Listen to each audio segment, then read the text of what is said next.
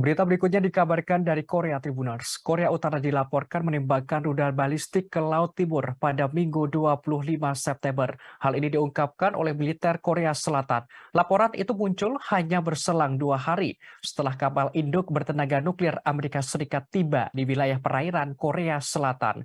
Kapal Amerika Serikat itu berada di Korsel untuk melakukan latihan bersama.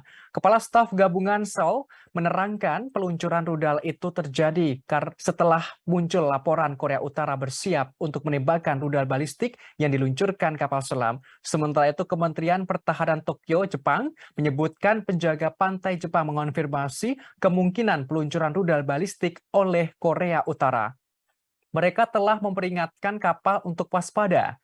Sebelumnya USS Ronald Reagan yang bertenaga nuklir telah berlabuh di kota pelabuhan Selatan Busan pada Jumat 23 September. Presiden Korea Selatan Yoon Suk Yeol berjanji untuk meningkatkan latihan militer bersama dengan Amerika Serikat.